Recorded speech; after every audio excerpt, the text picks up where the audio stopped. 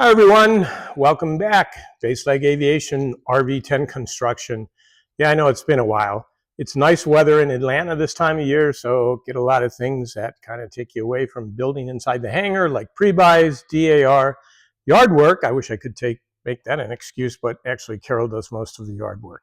Anyway, welcome back. You might want to grab your popcorn, a little bit of talking today, share some things with you. The first thing I want to talk about is on the last video, I went into great detail showing everybody how to dimple all of the nut plates, and it was a lot of work. And a number of you responded back with another idea.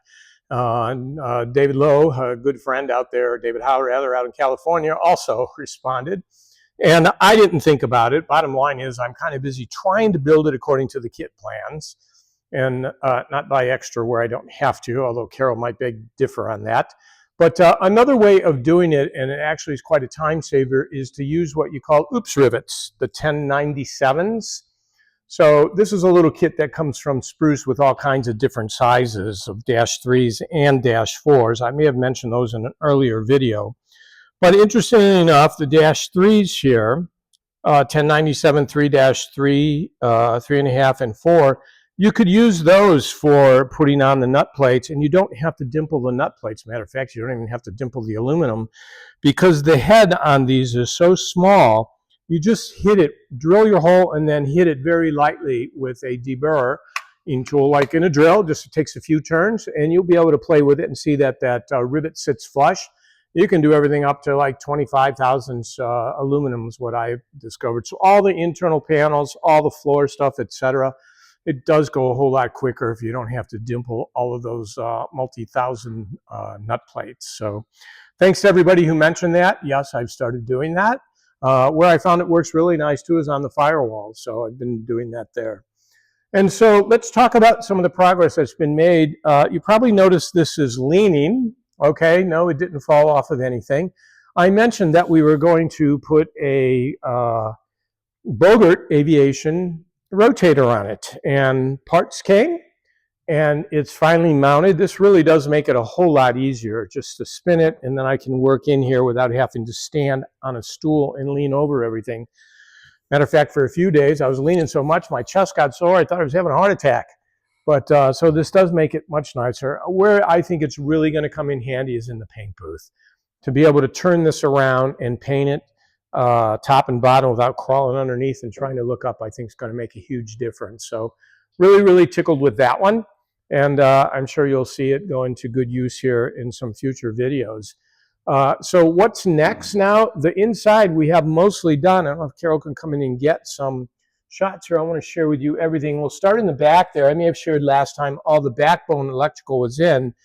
So coming forward now, the entire control system is in the center tunnel, including the flap motor, and with a battery, I was able to move the flap motor up and down to its limit, so that all works.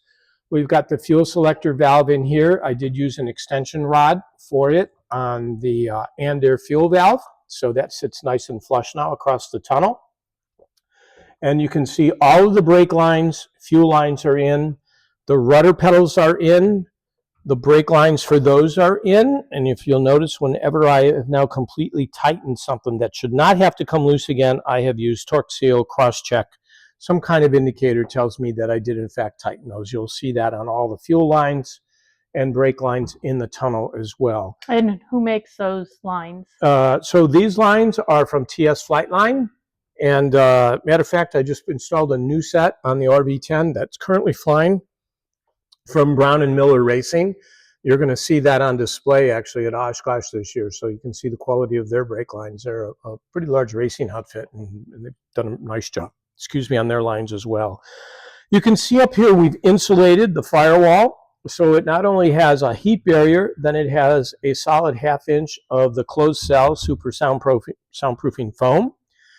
And so the next thing I do have, this top section is already built. That'll go on. And we just got to carry up the cabin top now from the basement and start fitting that.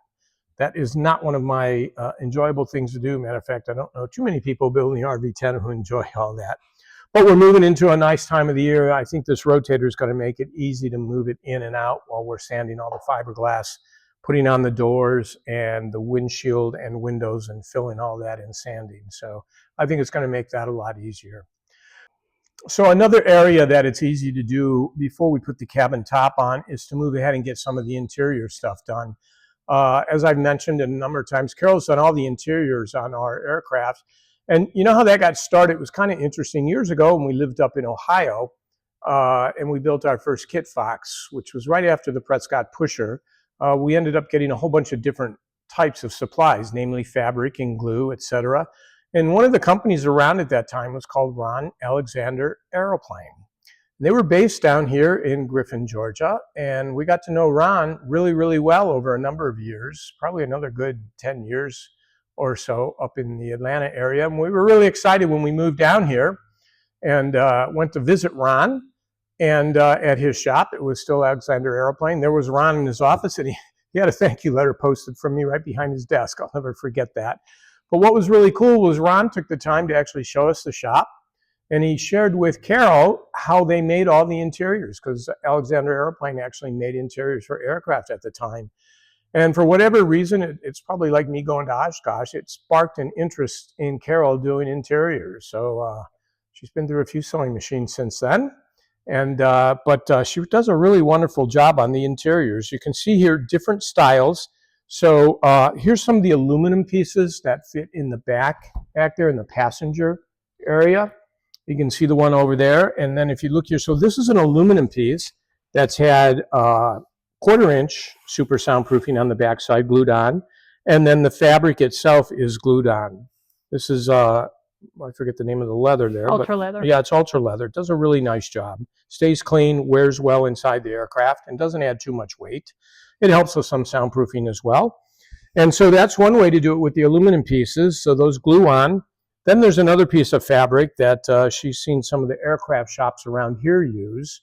It's called, this is plastic kind of piece here. And you glue it as well, the super soundproofing on the back side of it. And then you can either glue the material that you're going to use on it, or you can actually even sew through this. It works either way, so that's nice. And then I forgot where I put the aluminum pieces for the side. Hold on, why don't we hit pause for a second? All right, I found the piece. I just wanted to show you this. What you can do up in the front here is just with a nice piece of aluminum. This is 16,000, so it's real light, really not adding much weight. And I just cut to cover this whole side over here, including one of the things we never liked was these rivets always shown in the other one with the typical Vans closeout panel. By using this one, we close out the entire side, and you know, it still allows us, this goes on after we run all the wiring up there. And you can see I've also got the vents glued in and in place. But so here's this ends up being an aluminum place that will get fabric on it. And Carol also makes a nice pocket here and a place to put pencils and eyeglasses and stuff. So, and we'll put a picture of that from the other airplane. Okay, there'll be a picture in there. And but the point being is you can get really creative on the interior. It's one of those things you can do yourself. There are some really nice, fancy interiors out there by a number of shops like Aerosport Products, South Florida, and a number of other shops that will make interiors for you as well. So don't feel like you've got to do that. But this is our way of putting our personal kind of thing on the aircraft. So as I mentioned, what's next is this cabin top. And hopefully by the next time we have a video, we'll at least be through some of that mess.